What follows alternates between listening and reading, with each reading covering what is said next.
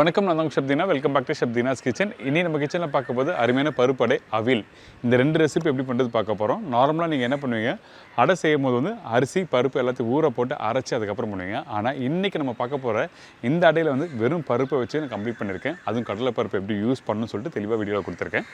இப்போது இந்த ரெண்டு ரெசிபி பார்க்கறதுக்கு முன்னாடி நம்மக்கிட்ட இருக்க இந்த மிக்ஸி, அதாவது ஆட்டம் பாக்கு மிக்ஸியை யூஸ் பண்ணி இந்த ரெசிபி எப்படி கம்ப்ளீட் பண்ணலாம் அப்படின்னு சொல்லிட்டு நம்ம பார்க்கலாம். இப்போ இந்த ரெண்டு ரெசிபி பண்ணுறதுக்கு தேவையான பொருட்கள் என்ன பார்த்தலாமா?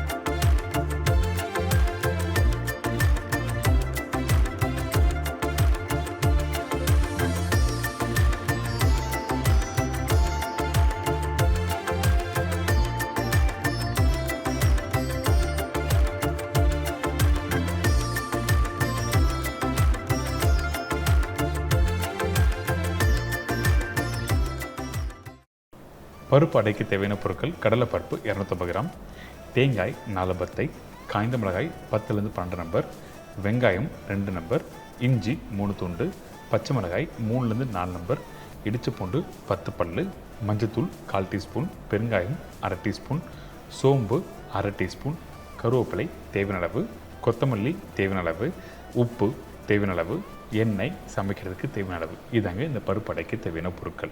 இந்தியாஸ் ஃபர்ஸ்ட் இன்வெர்டட் டெக்னாலஜி உள்ள மிக்ஸி கிரைண்டர். அது மட்டும் இல்லைங்க, கம்மியான பவரில் பெட்டர் பர்ஃபார்மன்ஸும் கொடுக்குது. 4 ஜார் உள்ள ஹாட்டம்பர்க் மிக்ஸி கிரைண்டரில் நீங்கள் ஜூஸிங், கிரைண்டிங், சாப்பிங் எல்லாமே பண்ணலாம். அது மட்டும் இல்லைங்க, இந்த ஆட்டோபர்க் மிக்ஸி கிரைண்டரில் பிளக்இன் பண்ண உடனே yellow colour LED light indication வரும். நீங்கள் ஜார் ஃபிக்ஸ் பண்ணதும் ஆட்டோமேட்டிக்காக சென்ஸ் ஆகி ப்ளூ கலர் லைட் மாறும். அதுக்கு பிறகு நீங்கள் விருப்பப்பட்ட மூடில் வச்சு நீங்கள் அரைச்சிக்கலாம். இதில் இருக்க ஸ்லோ மோட் ஆப்ஷனில் தேங்காய் நீங்கள் கையில் திருவுற மாதிரி நீங்கள் பண்ணலாம். நீங்கள் ரெகுலராக வீட்டில் தேங்காய் திருவும் போது மசிஞ்சிரும். ஆனால் இந்த மிக்ஸி யூஸ் பண்ணி பண்ணும்போது ஸ்லோ மூடில் உங்களுக்கு அப்படி ஆகாது. நீங்கள் சாப்பரில் யூஸ் பண்ணும்போது சின்ன சின்ன துண்டாக கட் பண்ணி காய்கறியை நீங்கள் பொடிசாக இதை கட் பண்ணிக்கலாம். ஜூஸுக்கு ஸ்லோ மூட் ஆப்ஷன் நல்லாயிருக்கும். ஏன் கேட்டிங்கன்னா, நீங்கள் நார்மலாக மிக்ஸி வீட்டில் யூஸ் பண்ணும்போது வந்து பழத்தில் இருக்க விதை வந்து பிளெண்ட் ஆச்சுன்னா கசப்பு தன்மை வரும். ஆனால் இந்த ஸ்லோ மோட் ஆப்ஷனில் நீங்கள் யூஸ் பண்ணுறதுனால அந்த விதை வந்து பிளெண்ட் ஆகாமல் வெறும் ஜூஸ் மட்டுமே பிளெண்ட் ஆகி நல்ல ஒரு டேஸ்ட்டான ஒரு ஜூஸ் உங்களுக்கு கிடைக்கும். இப்போ நம்ம என்ன பண்ணுறோன்னா, இந்த பருப்பு அடைக்கு பண்ணுறதுக்கு கடலை பருப்பு நல்லா ஊற வச்சுருக்கணும். அதாவது குறைஞ்சபட்சம் நீங்கள் ஒரு 3லேருந்து 4 மணி ஊற வைக்கணும். அதே டைமில் இதில் சோம்பு, காஞ்ச மிளகாய் போட்டு ஊற வச்சுருக்கோம். எதுக்காக சோம்பு, காஞ்ச மிளகாய் போட்டு ஊற வச்சுருக்க கேட்டினா காரணம் இருக்குது. நீங்கள் அப்போ தான் வந்து அரைக்கிறதுக்கு ஈஸியாக இருக்கும். அந்த காஞ்ச மிளகாய் நல்லா அரைஞ்சி வரும். அதனால தான் எப்போவும் ஊற வைக்கும் போது இந்த மாதிரி ஊற வச்சு வடிகட்டி எடுத்து வச்சுருங்க. அடுத்து நம்ம என்ன பண்ணுறோன்னா, நம்மக்கிட்ட இருக்க இந்த ஆட்டோமேட்டிக் மிக்ஸியை யூஸ் பண்ணி இந்த தேங்காய் வந்து நல்லா பொடிசாக நம்ம அரைச்சிட போகிறோம். அரைக்கிறதுனா வந்து எப்போவும் ஃபைன் பேஸ்ட்டாக அரைச்சிப்பீங்க. நீங்கள் வீட்டில் தேங்காய் திருவுதுனா குறைஞ்சபட்சம் ஒரு 10 நிமிஷம் ஸ்பெண்ட் பண்ணியிருப்பீங்க. ஆனால் இந்த மாதிரி மிக்ஸி வச்சு நீங்கள் யூஸ் பண்ணும்போது ஈஸியாக வந்து தேங்காய் திருவ முடியும்.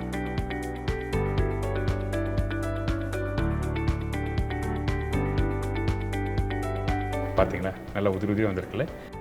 இப்போ ரெடியானதை இது அப்படியே இன்னொரு பவுலில் மாற்றி வச்சுருவோம்.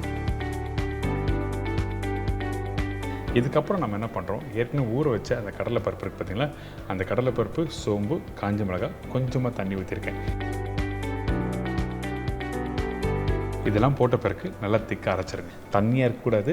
தண்ணியாக இருந்தால் என்ன ஆகும் கேட்டினா, கண்டிப்பாக இந்த அடை வந்து சரியாக வராது. அதனால் கெட்டியான பக்குவத்தில் அரைச்சிருக்கணும். அதாவது வடைக்கு நீங்கள் ரொம்ப கெட்டியாக அரைச்சிருப்பீங்க, அதுக்கு அடுத்த பக்குவத்தில் நீங்கள் அரைக்கிறது தான் இந்த அடை.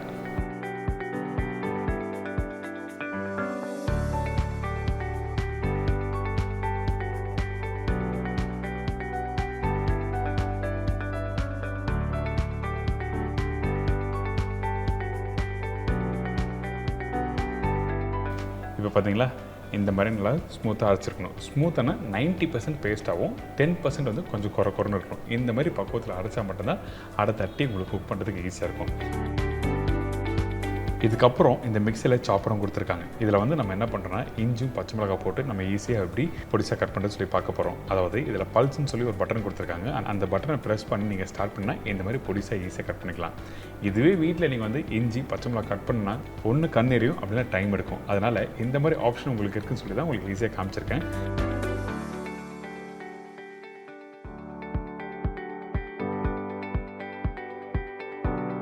இப்போ பாருங்கள், இந்த வெங்காயத்தை எப்படி ஈஸியாக கட் பண்ணுறது பார்க்கலாம். 2 வெங்காயம் 1/4 கட் பண்ணி போட்டேன். அதுக்கப்புறம் ஒரு 2 செகண்ட் தான் ஓட்டினேன். நல்லா பொடிசாக சூப்பராக வந்திருக்கு. நார்மலாக வீட்டில் வெங்காயம் கட் பண்ணும்போது அந்த வெங்காயத்தோட தண்ணி வரும்போது கண்ணெல்லாம் எரியும் பார்த்தீங்களா. ஆனால் இந்த மாதிரி ஆப்ஷன் வீட்டில் இருந்தால் சட்டுன்னு நீங்கள் 4 பேருக்கு 10 பேர் கூட ஈஸியாக சமைக்க முடியும். அதனால தான் இந்த ஆப்ஷனை இப்போ உங்களுக்கு காமிச்சிருக்கேன்.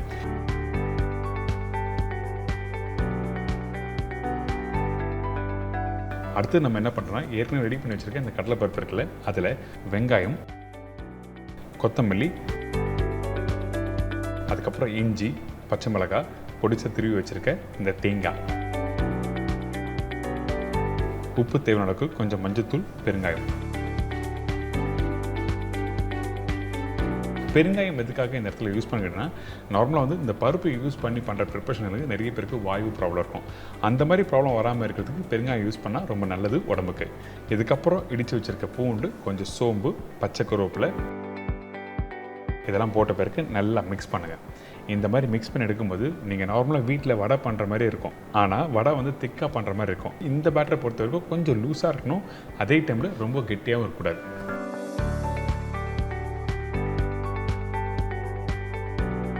இப்போ பாருங்கள், கையில் எடுத்து ரவுண்டாக உருட்டி தட்டினீங்கன்னா இந்த மாதிரி ஈஸியாக வரணும். இப்படி வந்தால் தான் உங்களுக்கு அடையை வந்து தோசைக்கல்லில் போட்டு தட்டுறதுக்கு ரொம்ப ஈஸியாக இருக்கும். இப்போ உங்களுக்கு புரிஞ்சிருக்கும் எப்படி மாவு அரைக்கிறதுன்னு.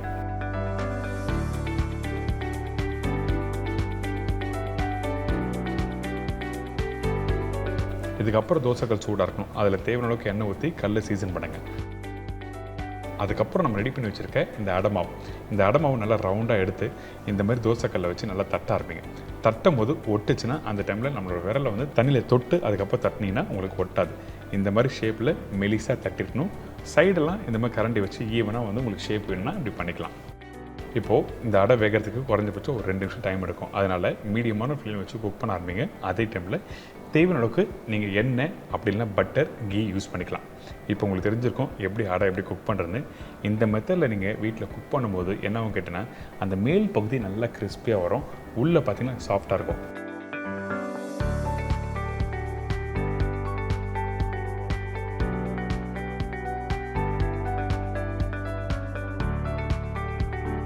அந்த கோல்டன் ப்ரௌன் கலரில் சூப்பராக இந்த மாதிரி தான் வீட்டில் பண்ண முடியும். நல்லா சாஃப்டாக இருக்கும். அடுத்து 1 மணி நேரம் கழிச்சு நீங்கள் சாப்பிட்டு பார்த்தீங்கன்னா அந்த அளவுக்கு சூப்பராக இருக்கும் இந்த பருப்பாடை.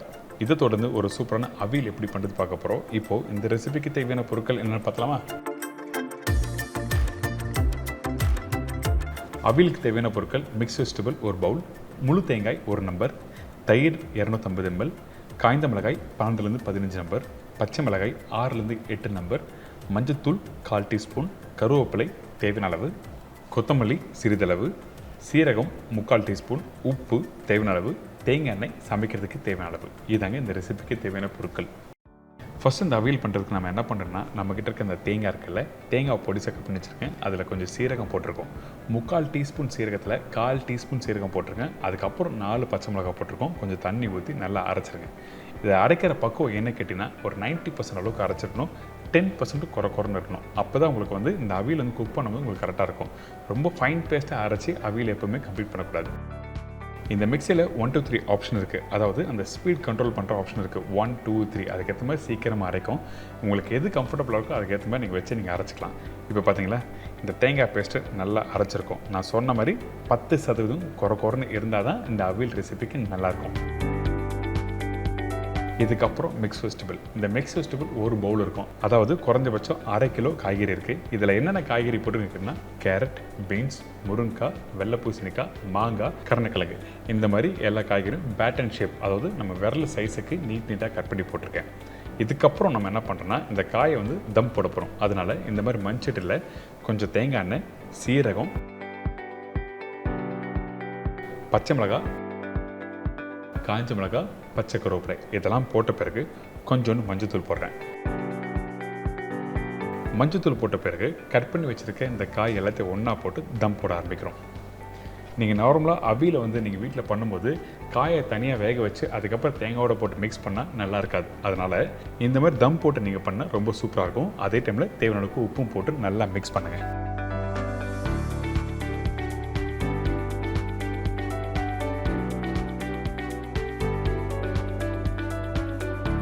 நல்லா மிக்ஸ் பண்ணி முடித்த பிறகு தேவையான அளவுக்கு தண்ணி ஊற்றுங்க. அதிகமான தண்ணி ஊற்றி தம் போடாது, கொஞ்சமாக தண்ணி ஊற்றி கரெக்டாக ஒரு மூடி போட்டு எடுத்திங்கன்னா ஒரு 5 நிமிஷத்தில் இந்த காயெல்லாம் நல்லா வெந்திருக்கும். இப்போ பார்த்தீங்களா, இந்த காய் நல்லா சூப்பராக வந்திருக்கு. இப்போ ஒரு காயை எடுத்து நான் உங்களுக்கு காமிக்கிறேன். இந்த காயை நீங்கள் எடுத்து பார்த்தீங்கன்னா மசிஞ்ச மாதிரி இருக்கக்கூடாது, கையில் எடுத்து உடச்சிங்கன்னா இந்த மாதிரி சாஃப்டாக உடையணும். இந்த மாதிரி பக்குவத்தில் கரெக்டாக குக் பண்ணி எடுத்துக்கணும். ரொம்ப மேஷ் பண்ணி நீங்கள் எடுத்தீங்கன்னா உங்களுக்கு பக்குவமாக வராது இந்த அவியல். இதுக்கப்புறம் இன்னொரு மண்சட்டில் திருப்பியும் தேங்காய் எண்ணெய் ஊற்றிருக்கேன். சீரகம், காஞ்ச மிளகாய், பச்சை மிளகாய், கருவேப்பிலை இதெல்லாம் தாளிப்பாக போட்ட பிறகு கொஞ்சம் மஞ்சத்தூள் போடுறோம். இந்த மஞ்சத்தூள் போடும்போது அடுப்பை வந்து ஸ்லோ ஃப்ளேம் வைங்க. அதுக்கப்புறம் நல்லா மிக்ஸ் பண்ண பிறகு ஏற்கனவே ரெடி பண்ணி வச்சுருக்கேன் அந்த தேங்காய் பேஸ்ட்டு இதில் போட்டு நல்லா குக் பண்ண ஆரம்பிக்கிறோம். இந்த தேங்காய் பேஸ்ட்டு போட்ட பிறகு எவ்வளோ நேரம் குக் பண்ண கேட்டீங்கன்னா குறைஞ்சபட்சம் நான் சொன்ன குவான்டிட்டிக்கு ஒரு 5லேருந்து 6 நிமிஷம் குக் பண்ணால் போதும். நீங்கள் ரொம்ப நேரம் குக் பண்ண வேண்டிய அவசியம் இல்லை. நீங்கள் நார்மலாக வீட்டில் குருமா பண்ணுற கான்செப்டில் குக் பண்ணக்கூடாது. இந்த ரெசிபி பொறுத்த வரைக்கும் ஒரு 5லேருந்து 6 நிமிஷம் குக் பண்ணால் போதும் இந்த குவான்டிட்டிக்கு. இப்போ பார்த்தீங்களா, இந்த தேங்காய் பேஸ்ட்டு குக் பண்ணி முடித்த பிறகு இந்த மாதிரி கெட்டியான பக்குவத்தில் வந்துருக்கும். அதுக்கு பிறகு இந்த வேக வச்சு இந்த காய்கறியை இதில் போட்டு நல்லா மிக்ஸ் பண்ண ஆரம்பிக்கிறோம். அதே டைமில் அந்த காயில் தண்ணி அதிகமாக இருந்ததுன்னா உங்களுக்கு என்ன கேட்டிங்கன்னா தயிர் போட்ட பிறகு இன்னும் லூஸ் ஆகிடும். அதனால் கொஞ்சமாக அந்த ஸ்டாக் வாட்டர் இதில் ஊற்றி அதுக்கப்புறம் நல்லா மிக்ஸ் பண்ணுங்கள். மிக்ஸ் பண்ணி முடித்த பிறகு கெட்டியான தயிர், நல்லா புளிச்ச தயிர் இருந்தால் ரொம்ப நல்லாயிருக்கும். தயிர் போட்ட பிறகு அடுப்பு ஆனில் வச்சு குக் பண்ணக்கூடாது, நல்லா புரிஞ்சுக்குங்க. தயிர் போட்ட பிறகு அடுப்பு ஆஃப் பண்ணிவிட்டு நல்லா மிக்ஸ் பண்ணணும். அப்படி இல்லைன்னா திரிஞ்சு போகிறதுக்கு வாய்ப்பு இருக்குது.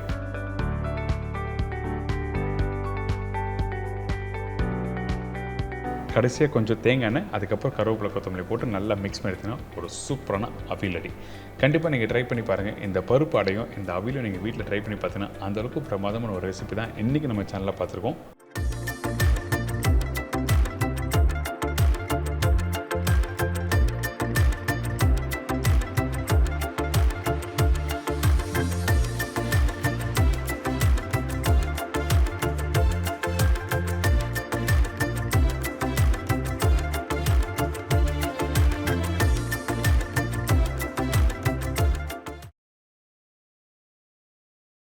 எனக்கு இப்போ எல்லாம் தெரிஞ்சிருக்கும், கண்டிப்பாக ட்ரை பண்ணி பாருங்கள். ஒரு அருமையான ஸ்டைலில் இந்த பருப்படை அவியல். அது மட்டும் இல்லை, இந்த சூப்பரான இந்த மிக்ஸி ஆட்டோமாக் மிக்ஸி எப்படி யூஸ் பண்ணணும், ஸ்லோ மோஷன் எப்படி பண்ணணும் அப்படின்னு சொல்லிட்டு தெளிவாக இந்த ஆப்ஷன்லாம் நீங்கள் பார்த்துருப்பீங்க. கண்டிப்பாக ட்ரை பண்ணி பாருங்கள். இதே மாதிரி நாளைக்கு இன்னொரு அருமையான ரெசிபி சந்திக்கிறேன். நன்றி, வணக்கம், see you, bye, take care.